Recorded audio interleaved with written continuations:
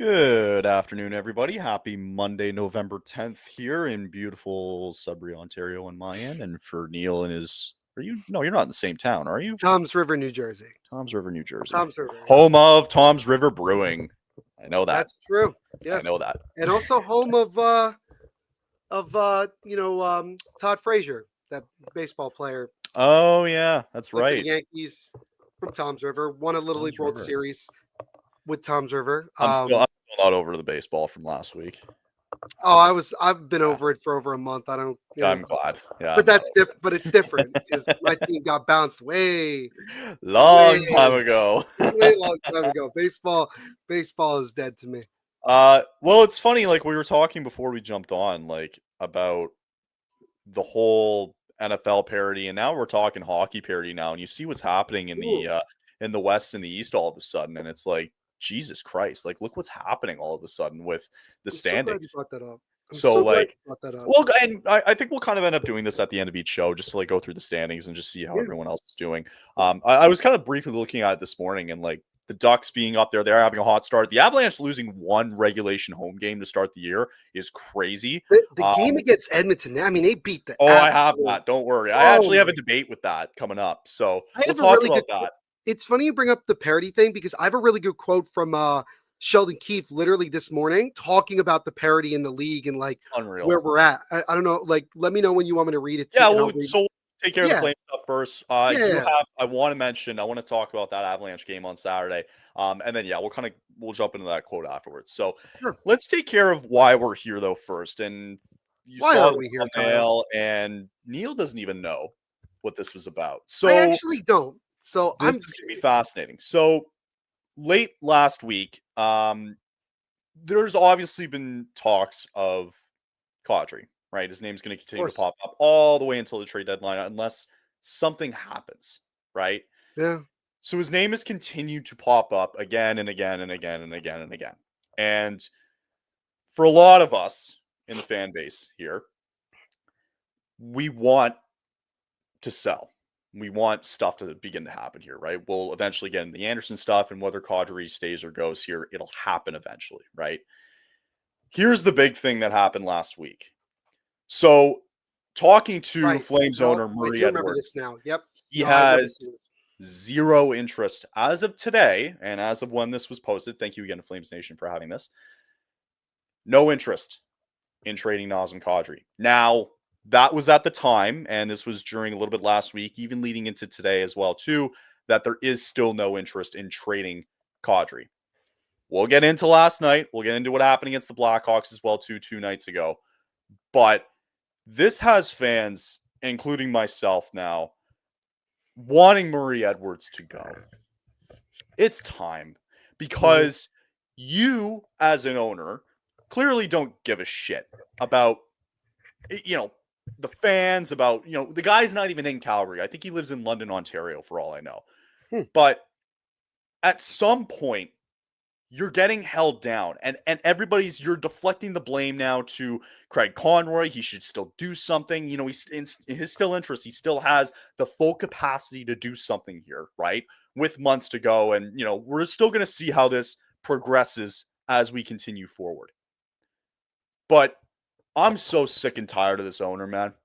It's time for something to change here, because every year it's been the same thing with this Murray Edwards guy, probably dating all the way back to when we drafted Tkachuk, okay?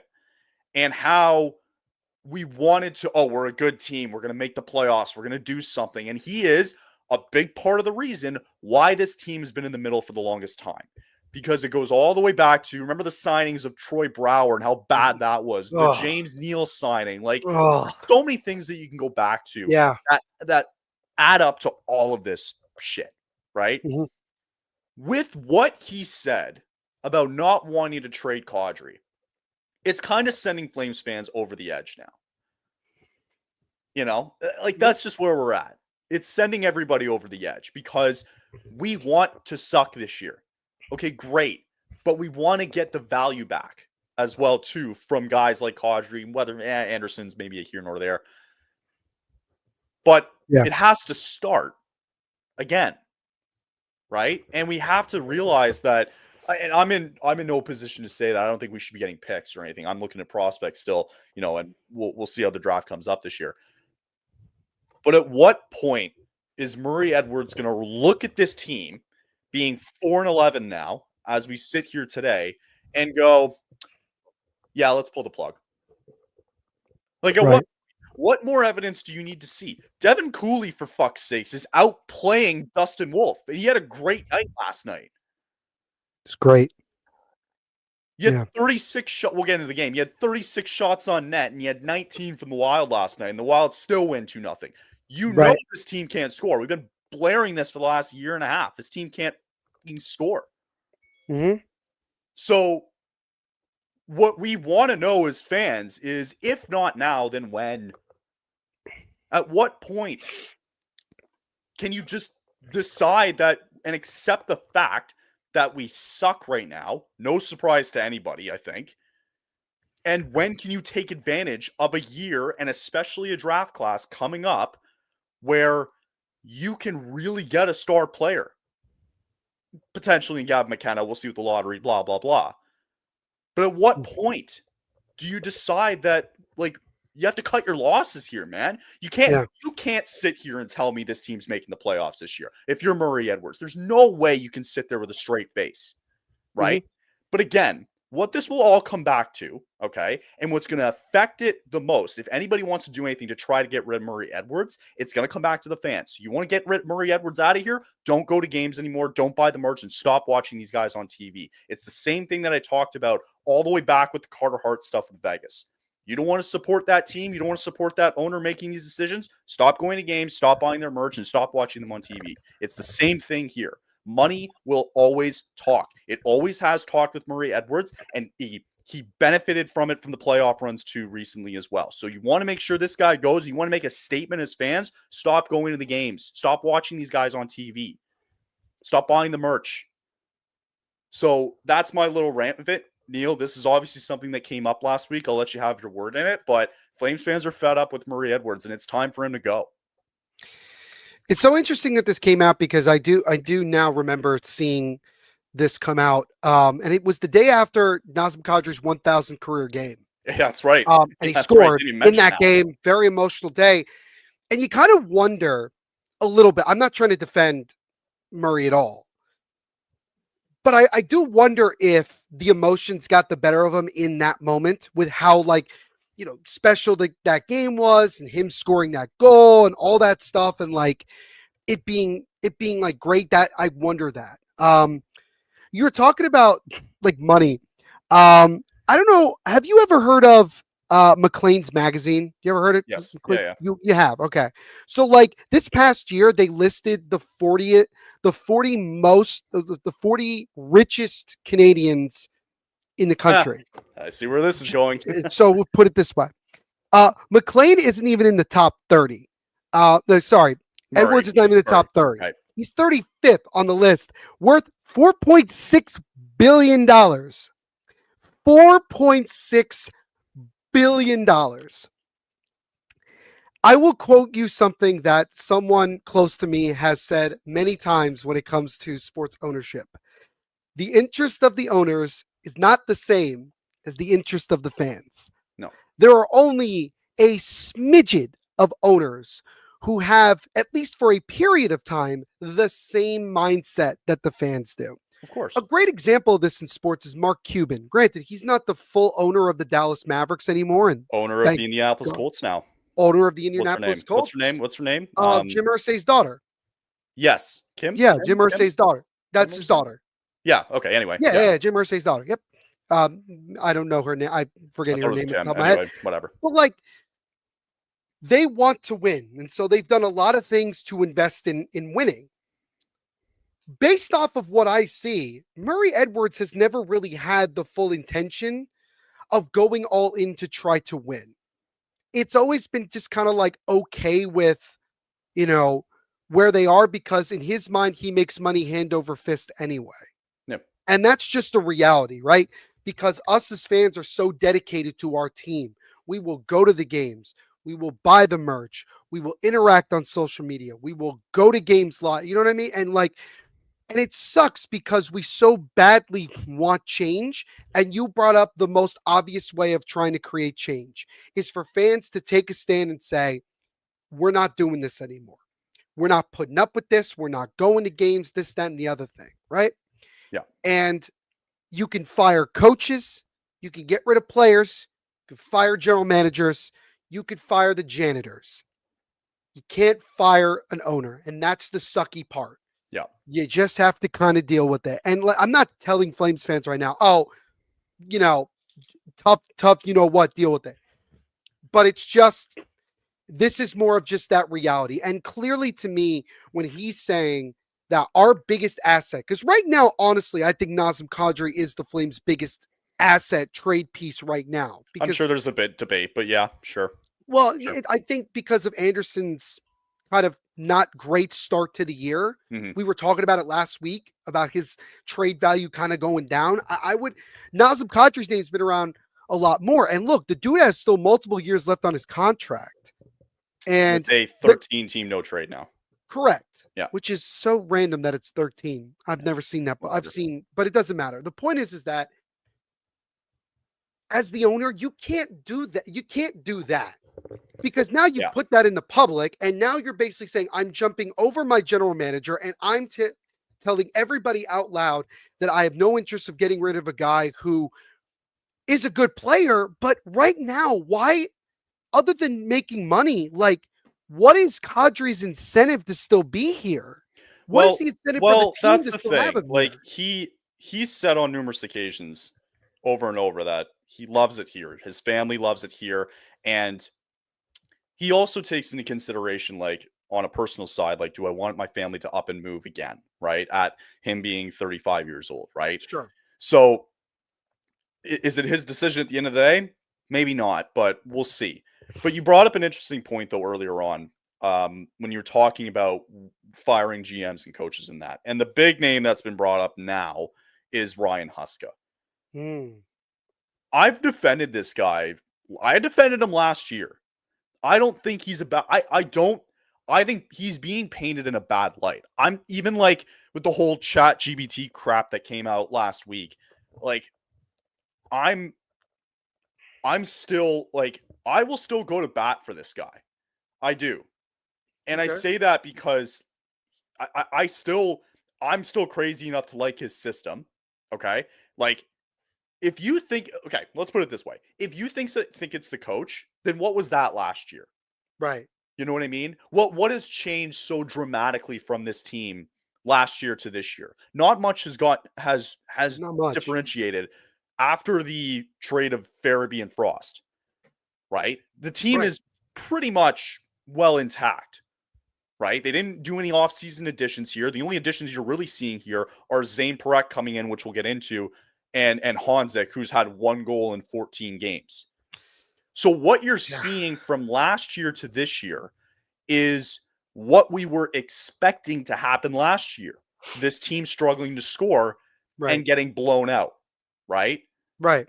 That's just what you're seeing this year. And I'm sorry, I don't blame Huska. I think he's going to be used as the scapegoat if something happens after they extended him, which I didn't hate at all. I think he can still be the guy for this team. I like him as a coach.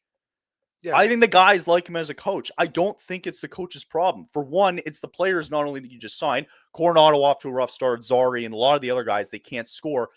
But the problem is that again and again and again, they don't have the engine that can make it go. Right. You know, and in this case here, you're looking at Kadri as the first line centerman, and he's just not. He's a second line centerman at best. So I don't like Huska being used as a scapegoat here in this case. I don't think, and I've seen it before in comments as well too. I don't like that Craig Conroy's being used as a scapegoat too. It comes back to Murray Edwards not giving a shit. Right. From everything that you said beforehand. So I think for fans, we're fed up. And, you know, for those that think they can't, there's nothing that they can do about it. There absolutely is something you can do about it. Go watch the lacrosse team this year. Right? Go watch the Wranglers. Go watch the Wranglers. Exactly. Go watch the Wranglers. Right? Go watch the Hitmen in the CHL. in the Western Hockey League. Yeah. Go watch them. Go watch literally anything else. I would say Stampeders, but sorry about the Western semifinals that you guys had. Woof. So watch anything else than these guys. Like last thing I'll say, and then we'll move on, and I'll let you have the final word. Sure. When I was there in Ottawa 2 weeks ago watching these guys play, and it was encouraging what they were doing because Ottawa gave it to them kind of in the first period through all the penalties and shutouts and bullshit. My point is, I knew what was coming.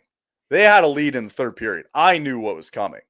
And it exactly unfolded the way that I thought it was going to, and they folded like cheap cardboard. So this team is just who they are. None of us should be surprised. No. But you can do something about this, and we're all, in a way, really happy that this team is still dead last in the league. Because this is finally we're able to bottom out here, and we have the opportunity here to really flip the switch a little bit. Get rid of some big assets right now. Get a lot of young guys in return here. Go out and see what you can do here at the beginning of the draft here. And you're going to have some money to spend here in free agency. There might be some attractive pieces here to bring guys in. Right. So there's some things that you can do. But it's Murray Edwards who's holding this team back because he still thinks at 4-11 we're good enough to make the playoffs. That's where we're at. Right. And I think for everybody, that's just the most frustrating part. So I'll let you finish up this here. And any final thoughts? Wasn't that long ago that Murray was in a really, really big battle with the city of Calgary to try to get a new Oh my God, don't even get me started on that. Wasn't that long ago, right? Now, granted, the mayor of Calgary was also not helpful in any way, shape, or form. But because Murray Edwards has an ear, and anyway, yeah, go ahead. I mean, first of all, the original design of what they were trying to do was insane. Let's start with that. And if you don't know about it, Urinating Tree over on YouTube has a great video on the Flames from like a bunch of years ago, but it breaks down that entire thing. It's insane. Yeah, I'll see if I can find it. Anyway, totally recommend watching it. That's how I knew about it. Like, that's how I found out about it. But like, yeah, I mean, at the end of the day, I agree with you that it's so unfortunate for Ryan Huska because again, the old saying goes, coaches are hired to be fired, especially in the NHL. The shelf life of an NHL coach is so small, right? You get 1, 2, rare cases, maybe 3. Yeah, in most cases, 2 to 3 years. I mean, look at what happened with like Pete DeBoer, right? Pete DeBoer's had a ton of success. He had a ton of success in Dallas, but obviously couldn't get over the hump. Well, he kind of screwed the pooch at the end because he sat Ottinger. So no, of course, but that was also the final straw. I mean, honestly, like right. He, the shelf life of so many other guys. I mean, it just at the end of the day, there's always going to be somebody that ends up being the scapegoat, fairly or unfairly. And that's what I worry about with Huska. I worry about the same thing you're worrying about, Kyle, where it's like, if the season continues to bottom out the way that it is, I worry that the front office is going to feel like that they have to change who's behind the bench when you don't have to. You know this team. You know this is who they are. It's not Huska. And frankly, I don't even really blame the players because this is the team that, it's just where they're at. It's who they are. If you want to put blame on Craig Conroy, okay, sure. But we kind of knew this was going to happen. But we're getting ready for a relaunch of this new arena. We want to be ready for that. So if it means we're going to suck this year, then fine. But for God's sakes, take advantage of it and do something. And sometimes you got to go. Sometimes you got to go one step back to go 2 steps forward. And I don't regret what the Flames did last year. I don't, because I think it was important. I think it was important for guys to have the kind of play that they did last year. I think it showed a lot. That's the potential. That's where they there is potential. It's there. We saw it last year. They proved like, okay, this is where we can get to. And so this year we're off to a really bad start, right? Because nobody can score. Can't score. And that was the problem last year. Except last year we got bailed out many times. Let's call it like it is. We got bailed out by Dustin Wolf numerous times last season. And the odd 5-goal game. And the odd 5-goal game against Chicago on national television. Yeah. It is what it is. But at the end of the day, right? At the end of the day, we are fans. And the only thing that we can do is just continue to support in whatever way we want to, whether that's actually going to games or not watching, whatever the case may be. And it sucks to say this, but all you could do is hope. All you could do is hope as a fan that things start taking a turn for the better. Maybe not during the season, but maybe the team bottoms out and we get Gavin McKenna. And maybe by this time next year, the future's a lot different. And you brought up a good point about free agency. If the Flames are to win the Gavin McKenna sweepstakes, there will be players on the market that will want to probably play with Gavin McKenna because of that interest, because of that, look what Celebrini's doing now. Bedard and Celebrini, kidding me? all of a sudden, they're making their cases to make Team Canada for the Olympics. Him, Connor So Bedard. it's taken a minute. It's taken a minute to get there. Sure. But like, this could not come at a more perfect time.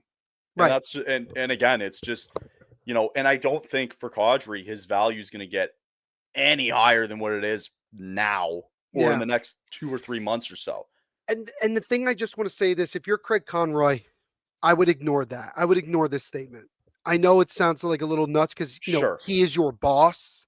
But you can do something. He can still do something, and the fans don't feel like the fans don't have hope either. They can still do something too. For God's sakes, I set up my Christmas tree on Saturday, for God's sakes, rather than watching the Flames play when they played Friday or whatever. Friday night, never mind. Okay.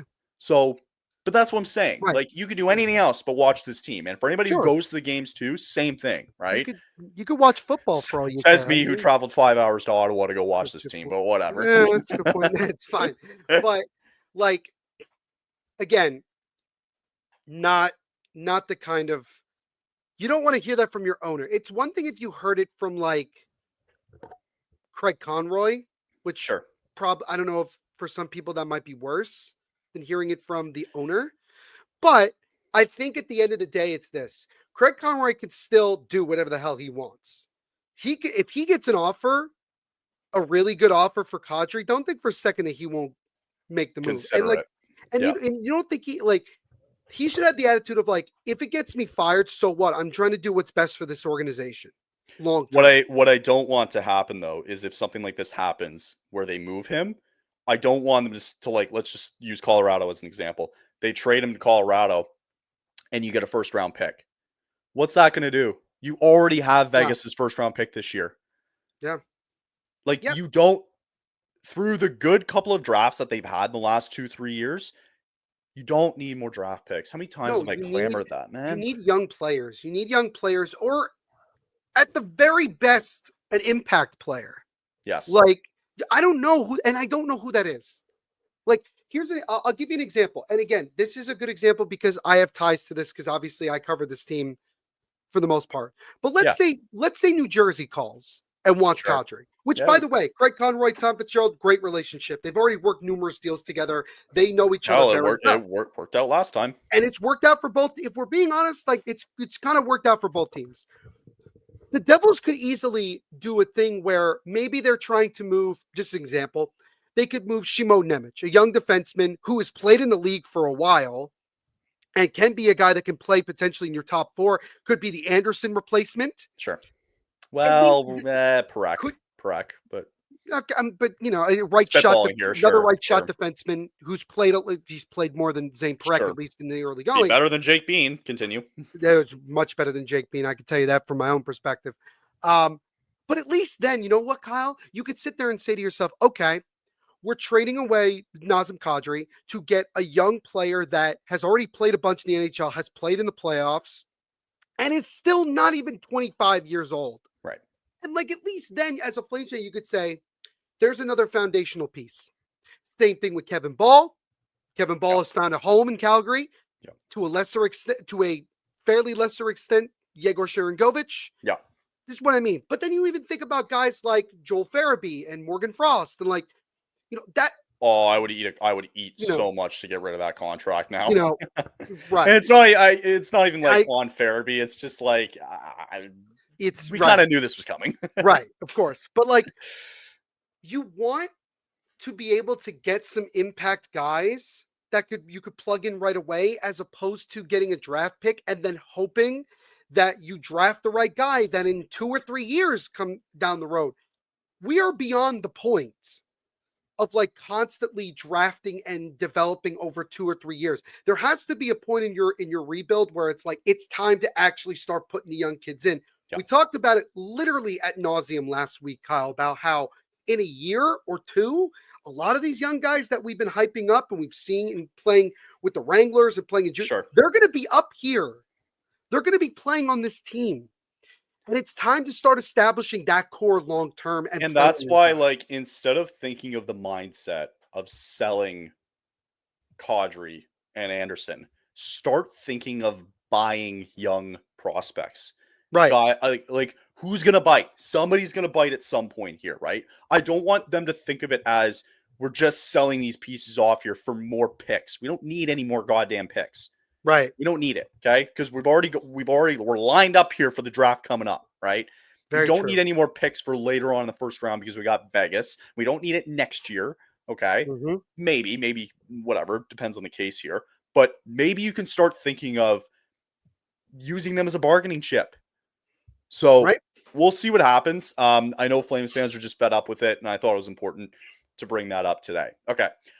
Very quickly, two things we'll talk about here before we head to a quick break here. Let's talk about the game last night. Again, Devin Cooley was great. Yep. He was phenomenal last night. I give him a lot of props. Like the last couple of games, really ever since he played in Ottawa when I went and saw him, he's been actually playing really good as a backup goaltender. Flames outshoot the Wild 36-19 in a losing effort there, 2-0. Jesper Wallstedt was incredible last night as the Wild win it 2-0. Another team who was at the bottom of the standings as well, too, for the Minnesota Wild, now separate themselves a little bit further from the Flames there if we're looking at the bottom of the standings. So I think what was just impressive last night for me was, and John Abbott from the from Sportsnet, who commentates the Flames games, like, didn't surprise him when Matt Boldy went and scored the first goal. It sounded like he was just like, yeah, and he scores. I just kind of giggled at that a little bit. So I don't know if he's feeling. The broadcasters are at the point now of just like they just know what's coming. Yeah, that's whatever. Move on. So it's funny though, like when you look at the stats here, like they scored. Well, it's like Flames 36-19 shots. The faceoff percentage was great last night, 60%. Pretty even. Like, you want to negate the power plays here because nobody was successful in the power play, going 0 for 3 and 0 for 4 respectively. Everything about the stats here say like, well, why couldn't Calgary win this game? Well, it's been their case for the longest time because they can't score. And Kaprizov had an empty netter, so it was 1-0 the entire game. It was 1-0. So it was more or less just a goaltending battle last night. I thought both goaltenders were sensational. Wild fans should be very excited about Wallstedt. I've actually had my eyes on him for the last couple of years and think he's going to be a really good goaltender. Dude, if I could go back to that 2020 draft, I wish the Devils had drafted Wallstedt in the first round. Oh, dude. Who knows? Maybe we'd be stuck with Markstrom. We might be somewhere else. Anyway, Wallstedt was sensational last night. I'm going to give my flowers to Devin Cooley. I thought he was really good last night. Defensively, the team was fine. I thought the Flames played very well defensively. They really kind of shut down the neutral zone for the most part. Again, it's just the same story of they can't find a way to finish it, and it's going to continue to be this way. They did all the right things yesterday, but at some point, you just got to find a way to get one here and tie this game. Like, you're asking for one goal here, and you can't even do that. So, it's good in the loss column for us, though, to continue at the bottom of the league. But I know you said you watched it last night. So any thoughts from the game? Yeah. I mean, first of all, Marcus Johansson was playing his 1,000 career game last night. I forgot to mention that. Thank you. Main assist on that one, so congrats to him. This might sound weird to some, but that might have been one of the better games I've seen the Flames play in terms of just the overall, getting pucks on net. Defensively, I thought they were really strong. Again, Devin Cooley playing well. And it just sucks that you couldn't even score one. Right. And how many of those 36 shots do you think were quality? I'd like maybe 4. Right. Right. Like 4? How many were you really thinking about? Yeah, I know. It's like, well, that's why I always say like shots on goal is such a misleading stat because you could throw 40 shots. It doesn't mean that most of them were good shots. Especially from this team. It could be literally at the end of the period, when the clock expires, you just take a slapper from the other side of your rink and you hope to God it makes That's all somehow. it's gonna take. And it all counts the same. It all counts the same. Do I think the Flames deserved a little bit better of a fate? Yeah, but again, you can't score, and that's just going to be the downfall of this team all year. It's going to be this team just cannot find cohesiveness with scoring, and no amount of Chat GPT, I think, is going to fix this problem. Yeah, that's never going away. So Yeah. here's one thing I wanted to really quickly bring up about the Flames here going forward. So their next game is going to be in St. Louis on Tuesday night, I believe. Just announcing like their games going forward here. Okay. Oh God. You got St. Louis. I'm just going to say the next 4 games here. St. Louis, the Sharks, okay, the Jets, the Blackhawks, and I'll throw in one more, the Sabres. So if Murray King Edwards, if they go 1-4 on these next 5 games, Yep. Kyle's going to start punching walls here and drinking Monster Energy drinks, and I'm going to start punching walls. Oh. Well, no, that's like the. I'll start drinking this. That's the stereotype. No. Start drinking. Yeah. No, but you get the stereotype. Like, yeah, okay, anyway, whatever. Mm-hmm. So. I got it originally. I was just like, where were you going? Anyway. So, like, if they go 1 for 5 here, like in those next 5 games, something's got to give here, Murray. Right? Probably not. Something's got to give. Probably not, but something's got to give. So we'll see what happens. They're going to be in St. Louis on Tuesday night here. Expect Devin Cooley to possibly get the start for that one there. Will Jordan Kyrou play or get benched again? It's the lovely question that I done. We'll see if he gets traded. They gave no answer to that, by the way. When they asked, like, why was Kyrou a healthy scratch, like, over the week, like, last week? They didn't say anything. They didn't say it. He wasn't hurt. He must have been late to practice or something. I swear. He's just, like, they're frustrated because they know they're better than that, right? So, anyway. Yeah, so bench your, like, best offensive player. Exactly. That'll send a message. Yeah, and that's why the Kyrou rumors of him being traded are coming up again. Well done. That's great. I'm glad that St. Louis is what they are. All right, let's take a minute here, and we'll be back on the other side. The NBA and NHL season tips off, and so does DraftKings' newest fantasy game, DraftKings Pick 6. It's the easiest way to play for big wins, with every possession giving you a shot at real money. Here's how to play. Just pick more or less or two or more stats and unlock the upside every game brings. Pick 6 is available in Texas, California, Missouri, and more. New DraftKings customers can get $50 in bonus picks with just a $5 entry on your first pick. Don't just watch basketball, cash in. Download the DraftKings Pick 6 app now and use code THPN. That's code THPN to play just $5, and you get $50 in Pick 6 bonus picks. Make the call, ride the upside. It's in partnership with DraftKings Pick 6. The crown is yours. And if you have a gambling problem, you call 1-800-GAMBLER. Help is available if problem gambling. Call 888-789-7777 or visit ccpg.org in Connecticut. You must be 18 plus. Age and eligibility restrictions vary by jurisdiction. Pick 6 not available everywhere else, including New York, Ontario, and voided where prohibited. 1 per new customer. Bonus awarded as non-withdrawable Pick 6 bonus picks that expire in 14 days. Limited time offer. See terms at pick6.draftkings.com/promos. That was pretty good. That was a good one. That was good today. That was a pretty good one. Not bad. See how I like roll through like I'm getting better. I'd like to say I'm getting better. Every episode. Every little bit. I'm getting a little better. Okay. Yeah. I just realized we have like 9 people watching this right now. Well, you don't have to say it. Just let them watch. I said it anyway. Just let them watch. All right. The one other thing I wanted to bring up, Flames news going into this week here.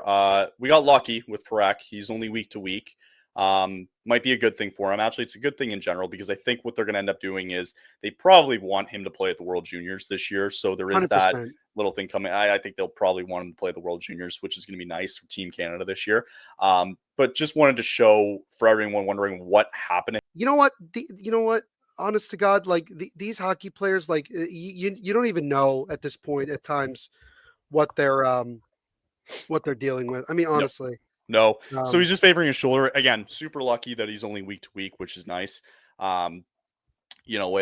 does kind of favor the debate a little bit of whether or not they should have kept him. But at least here, like, Fine. whatever, let him rest up here. I think Let him going cook. forward again, it's going to be important to just get some, Yeah. just play some games here, whatever, win or lose at this point. Excuse me, doesn't matter, more or less lose, but just play some games, Right. And Yeah. again, like that's what we kind of reiterated at the beginning of the year was to just get these young guys playing, right? Like the Sure. Griddens of the world come up, like getting him to play. I want to see Sam Morton a little bit more here. I want to see Rory Kieran's a little bit more. I want to see Zane play more games here. Like Sam Honzik, even though it's not been a great start, like look who he's playing with. He's playing with Backlund and Coleman. Like that's not going to be a recipe for huge success going forward. He's basically the one, like, he's a complement to that line, which isn't great. So anyway, yeah, so Zane is going to be week to week in that one there. So for Flames news, that's pretty much it. Got till Tuesday to just kind of rest up and see what happens here. I think what would be more appropriate right now is to see exactly where they are in the standings, even though we're a month in. I think we're all like really interested though, because we want this team to finish in dead last. So we really want to know, like, okay, where are they at today? Are they still down there? Did anybody else win? Anybody else? Right. Oh, did they lose? Did the Canucks lose? Oh, that's not good. We'll find out. Okay, so let's check it out. So they're still sitting in last place, which is why Tuesday is so important, because if the Blues win, that would separate 5 points from the Flames as they still sit dead last. Kyle, one of these things does not belong here. One of these teams does not belong. I'm just going to point out there's a very obvious team that shouldn't be this far down. I know they're hurt, but this should not be this far down. Yeah, the Florida Panthers sitting there at 27 is not great. That's rough. So, but it's funny. Like I'm gonna go all the way back. I'm gonna go look at the wild card standings here for a second, and go all the way down here. So you're 8 points back already from a playoff spot. Mm-hmm. Like this is why these next 5 games are important, because you have San Jose, who's a 500 club. You got the Blues, who are in dead last, like with us in last place there. The Jets coming up is going to be tough. You got Chicago, who I actually think is in a playoff spot. Yep. At 8-5-3. So good for Chicago. And Spencer Knight, who's phenomenal, by the way, last week. I think he had 2 shutouts this past week. Yeah. 2 shutouts with Spencer Knight. Yeah. So he was pretty good. You're in my fantasy you team. Were going to bring up, though, a quote from, who was it? Keith or no? Yeah. So this was after morning skate, literally this morning. Daniel Moy of the Hockey Writers, who covers the Devils, does a great job. He put out a tweet that said 28 teams are at NHL 500 as of today, or better right now. 28. 28.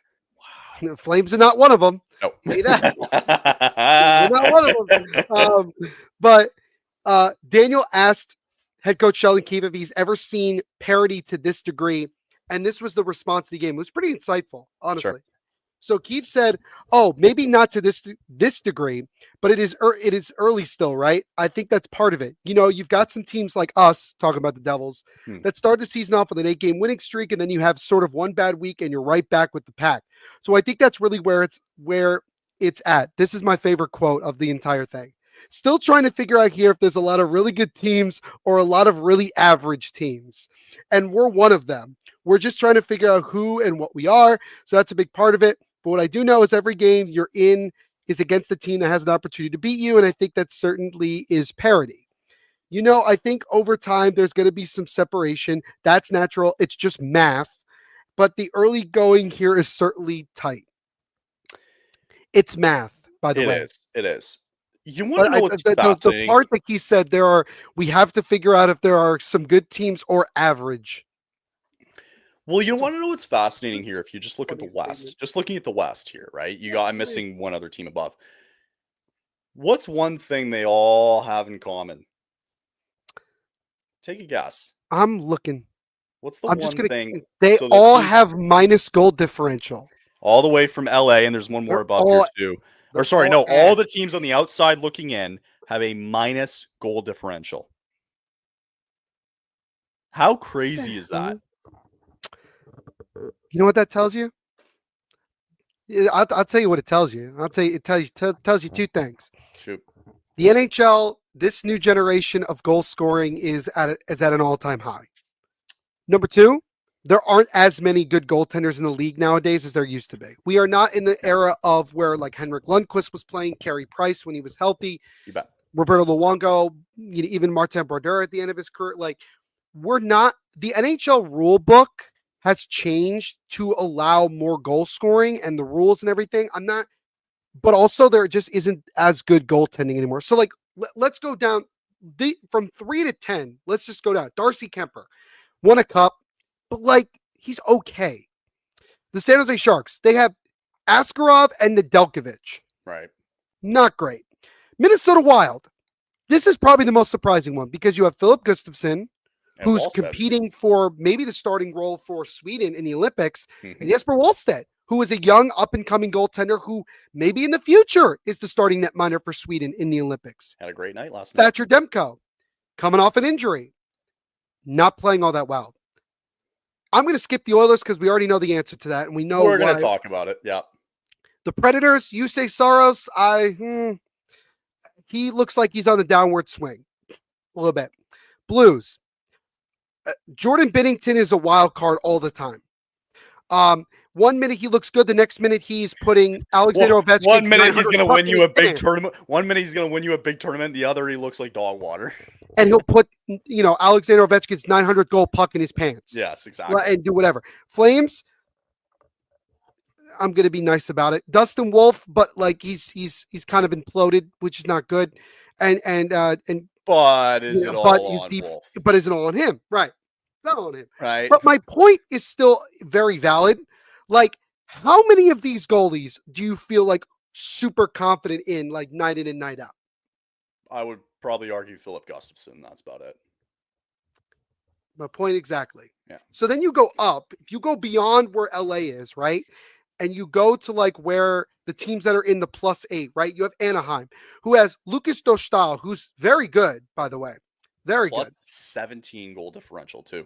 And they have a very solid backup in Peter Mrazek. Even at his age, still for Vegas Golden Knights. You have Akira Schmid, who's gotten better.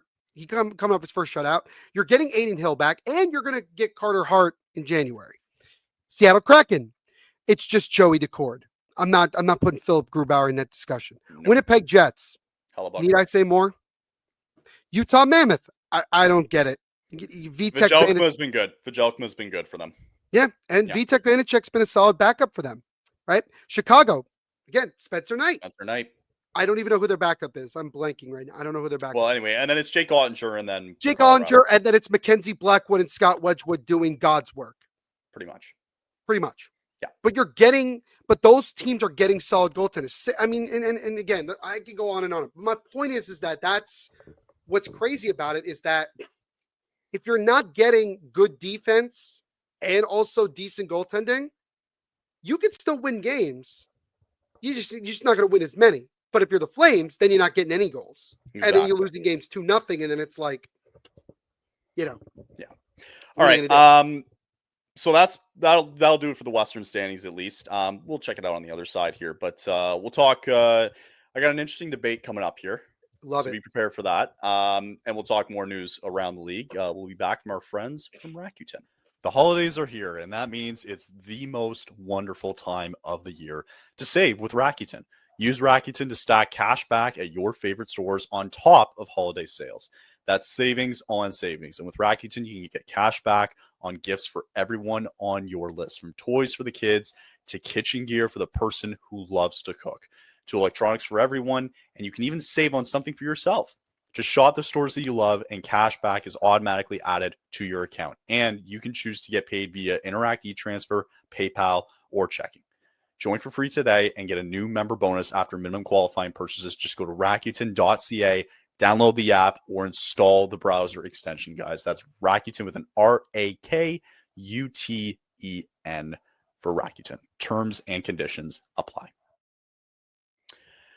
All right, let's get into my fun little debate, if you want to call it, here as the last little segment of today's show. Debating. Good. So Saturday was interesting from our friends up in northern Alberta. The Oilers laid an egg, losing 9-1 to the Avalanche on Saturday night. Here's my question to you. with the Avalanche being 15-1, I can't remember what their overtime loss record is, and the Oilers being a 500 club, does Saturday's result speak more about the Avalanche or the Oilers? That's a really good question. I think it speaks more to the Oilers than it does the Avalanche. And that's not a knock on the Avalanche because the Avalanche are very good. But also, Right. if we're being honest, Kyle, we've been knowing this. This, like, what they're doing offensively is not a shock in the No. slightest. No. It's just who they are, right? It's always been who they are, Yeah. right? I think they have gotten a bit better defensively. I think surprisingly, adding Brent Burns kind of improved their defense a little bit. People forget about that. Well, that's the kind of thing because, like, Brent Burns was solid for a bunch of years in Carolina, but I thought, like, at some point, like, he doesn't get a lot of points. He used to be more of an offensive defenseman, but, like, he's kind of taken what he learned in Carolina and is, like, translated it to Colorado, and he fits in seamlessly. Mm-hmm.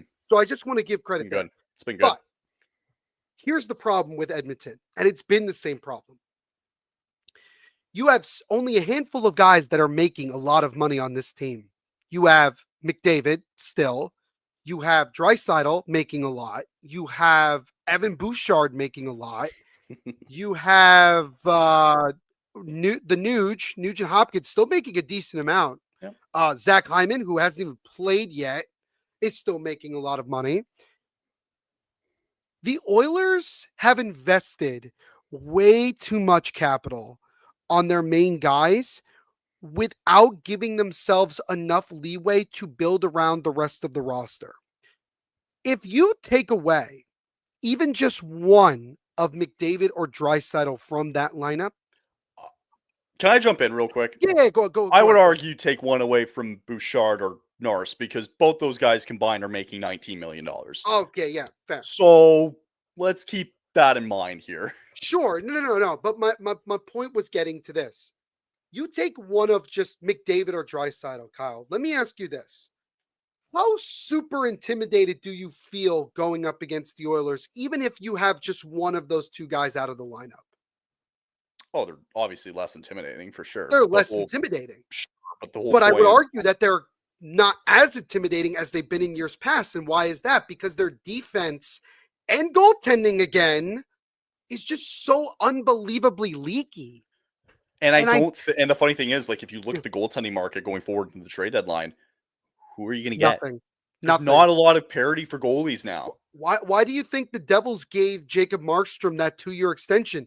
They knew as well as anybody. Getting 7 years now, like right. They knew everybody knows that. I've always said this: a really good goaltender is like having a really good running back in a lot of ways in the NFL.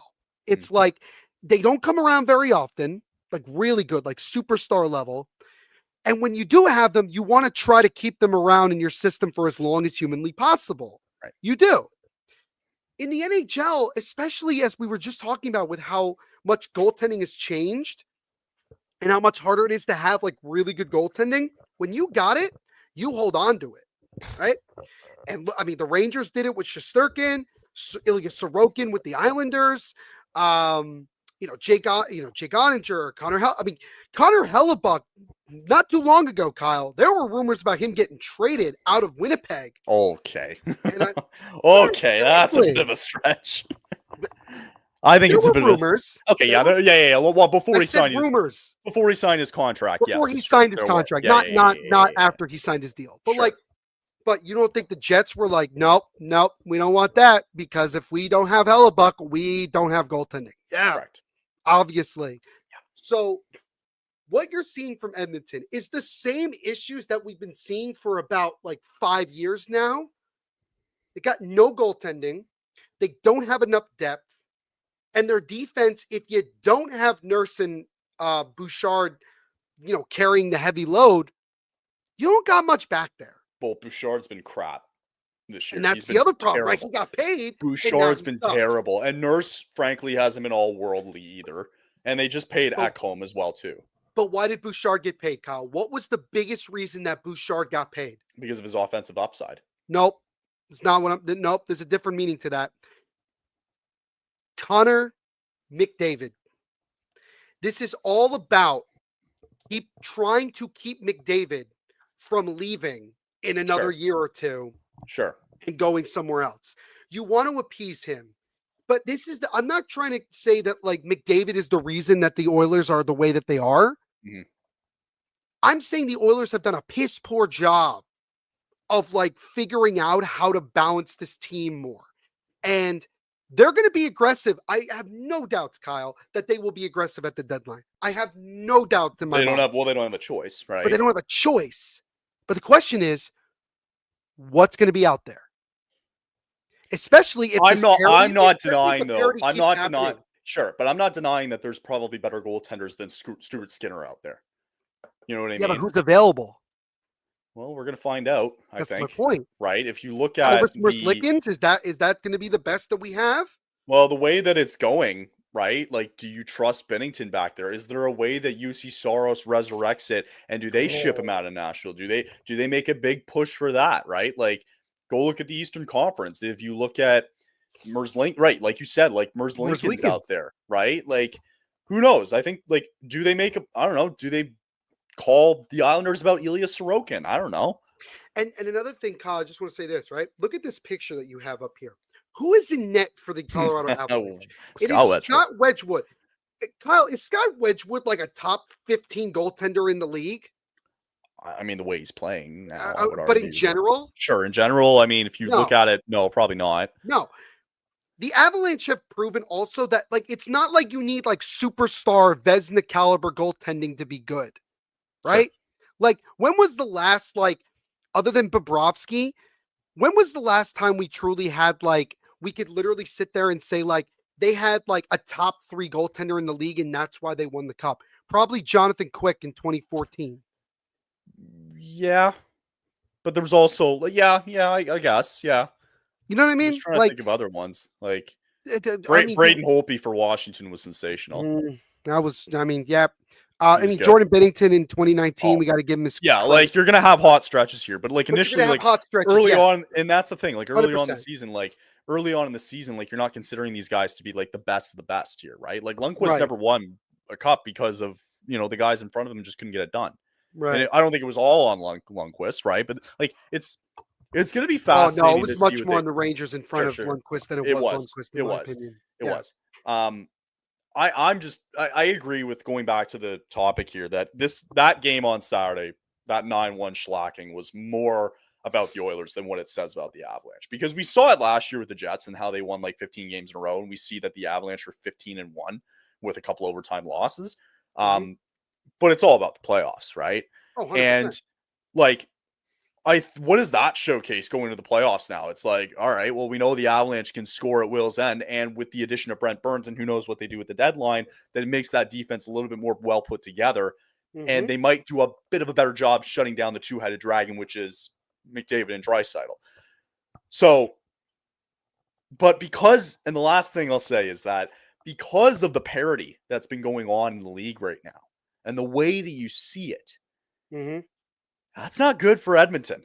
No, this is worst case scenario right now with how even a lot of teams have been. It's so friggin' hard to get back there to the cup final again. And why do you think there's so much so many different teams that we see in the cup final every year, aside from Florida the last 2 and then the Lightning the last 2. And then we see, the Pittsburgh Reign, and, you saw that a couple of times, but it just goes. It's just so hard. And the Panthers are just beaten up with injuries, and who knows if they're going to be in the conversation when the playoffs come around now because they're so beaten up. And so, like, with Edmonton, like, I don't know, man. Like, what do you do going forward?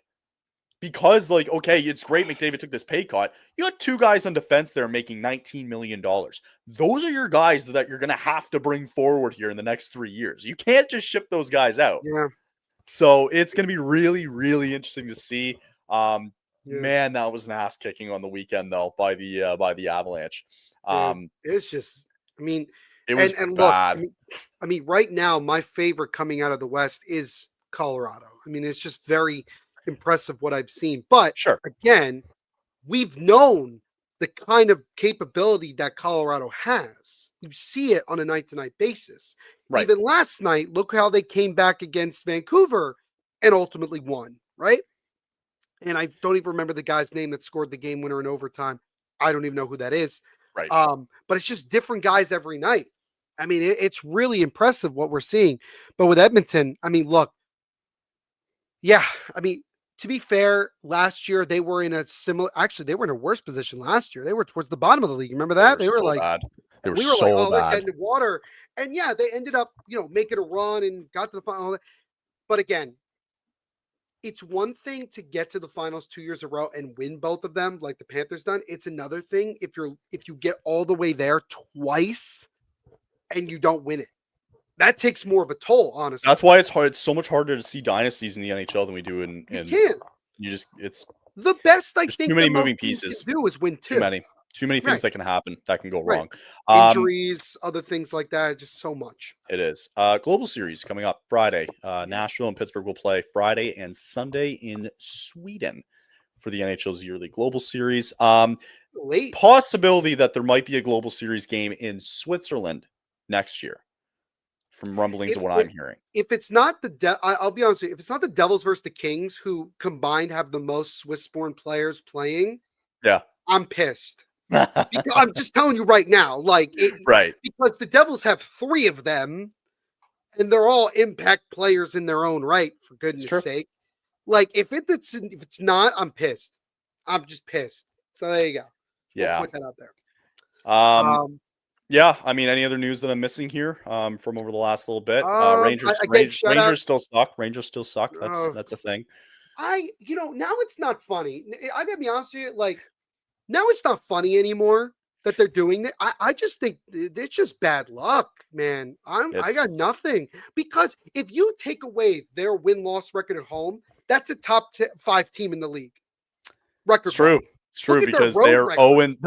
They have not won a game at home this year. They can't score at home. They're 7-1-1 on the road. Yeah, and guess maybe what? If they played the Flames at home, maybe they would score. So that's the funny thing, though, is that the Rangers are 7-1-1. Guess who their one regulation loss was to? Do you not know this? Was it Pittsburgh? No, it was the Flames. Oh, that's right. Yeah, the Flames beat them at home.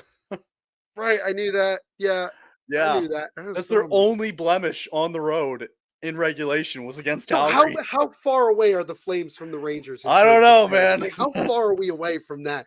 And look, at least we don't have 1,000,001 albatross contracts to worry about. We just have one. God, it's just the one. Yeah. Like, all right. Well, geez, that's crazy. Also, in case anybody wants to know, PWHL season kicks off next week. Nice. They're doing another tour. They play in random. I believe they're playing in Calgary. I would be one to bet with the new arena coming in that they probably expand there, is my guess. I would assume. Yes. Yeah. With Vancouver, with what they have now in Vancouver. Support your local women's hockey team if you go. Love the logo. Oh yeah. Did you see the new logos for Vancouver and yeah, that's what I was saying. Like the Vancouver logo. Yeah. It's cool. It's just unfortunate that they just have like the regular jerseys that like every team had 2 years ago. But they said it was because they just didn't have enough time to get the manufacturer. So next year they will. But yeah, I'm looking forward to that. And I also think that that series between the US and Canada kicked off. Oh yeah, the US have been dominating Canada so far. I think they're one of the games they dominated. I think they won like 5-1 last night or something. You know what's great about that? That's such a good tune-up for both those teams for the Olympics. Oh God, it always is every year. I'm so excited. Listen, we're all just waiting for the gold medal game for that one, right? Watching it being like Finland versus Sweden, like both teams just choke it away in the semifinal. And that's something that's gonna be, we're gonna be bringing up too, right? We got a lot of things coming up. You got World Juniors coming up in 1 month here. You got the Olympics coming up very shortly soon. So it's okay, Calgary fans. We're gonna suffer 1 more month, and then we have other good hockey coming up. All right, good stuff. Catch the game on Tuesday, guys. They're gonna be in St. Louis for that one. Devin Cooley, I think he's gonna be lined up to start that game as well. And then they're going to be in Winnipeg on Saturday as well, too, which will be the game we'll talk about next Monday. So good stuff as always. And hope everybody has a good rest of the week. Stay cool. There's snow here now. Wow. Stay warm. Cool. Jesus. Stay warm. Kyle. God, Stay. come on. I mean, I'm staying cool. That was bad. I'm having a great time. It's a cool 65 degrees every day in New Jersey right now, so I'm not complaining. I mean, stay cool, like, because you're cool. Got it. Yeah, Can we end this episode? All right. That's gonna be it. All right. Well, we will see everybody on Monday next week. Have a good rest of the week, and we'll chat to you then. Later, guys. Later.